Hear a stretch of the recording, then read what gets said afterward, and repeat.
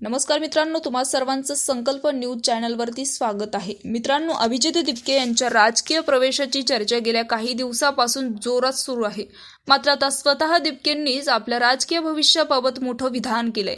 नेमकी कोणत्या पक्षात जाणार की स्वतंत्रपणे जनतेचा आवाज बनणार, दिपके काय म्हणालेत पाहूयात आजच्या व्हिडिओच्या माध्यमातून। कॉक्रोच जनता पार्टीचे संस्थापक अभिजित दिपके यांनी सोशल मीडियावरील एका गमतीत सुरू झालेल्या पक्षाने कधीही न झुकणाऱ्या सरकारला झुकावून त्यांना त्यांच्या मंत्र्याचा राजीनामा देण्यास भाग पाडले। त्यानंतर आता अभिजित दिपके कॉक्रोच जेनजी यांना अख्खे देश गांभीर्याने घेऊ लागला आहे। अभिजित दिपके पासून 4 हात लांब असणारे माध्यमे देखील आता अभिजित दिपकेंची बाईट घेण्यासाठी सरावत आहे। अभिजित दिपकेंनी नुकतेच एका वृत्तसमूहाला एक मुलाखत दिली होती। त्यात अभिजित दिपकेला त्यांच्या राजकीय भविष्याबाबत प्रश्न विचारण्यात आला होता।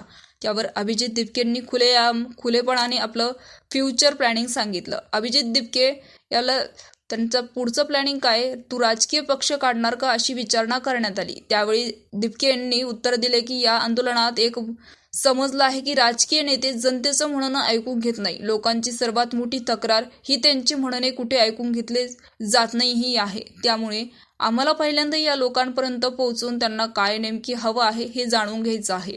आणि त्याचबरोबर अभिजित दिपके म्हणालेत की सध्या 3 मुद्दे प्रमुख आहेत। शिक्षण जे संपूर्ण देशाला प्रभावित करते, बेरोजगारी जे आंदोलनात असणाऱ्या मोठ्या वयाच्या लोकांची समस्या आहे, तिसरी म्हणजे देशाच्या संस्था आणि व्यवस्था यांच्यावरचा लोकांचा उडता विश्वास। अभिजित दिपकेंनी राजकारणाबाबत खुलेपणाने भाष्य केलं। तो म्हणाला की आम्ही कोणत्याही राजकीय पक्षात प्रवेश करणार नाही। हा एक रिस्पॉन्स ग्रुप आहे। हा ग्रुप पुढच्या निवडणुकीपर्यंत वेगवेगळ्या मुद्द्यावर काम करणार आहे। आम्ही जनतेचा, युवकांचा आवाज उठवणार आहोत। अभिजित दिपकेला आता तुमच्या घरी राजकीय व्यक्ती येत आहेत, येणे जाणे चालू आहे, वाढले आहेत, कोणत्या पक्षाची ऑफर वगैरे काही दिली जात आहे का, असे प्रश्न विचारण्यात आले होते।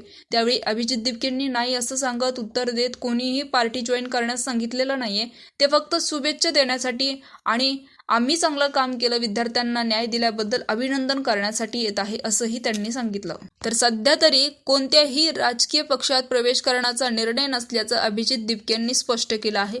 मात्र जनतेचे आणि युवकांचे प्रश्न घेऊन पुढे काम करण्याचा त्यांचा निर्धार कायम आहे। त्यामुळे भविष्यात दिपके राजकारणात कोणती भूमिका घेत आहे हे पाहणं महत्त्वाचं ठरणार आहे। तर मित्रांनो, तुम्ही जर चॅनलवरती नवीन असाल तर चॅनलला सबस्क्राईब करा, बेल आयकॉन प्रेस करा। तूर्तास धन्यवाद। जय महाराष्ट्र।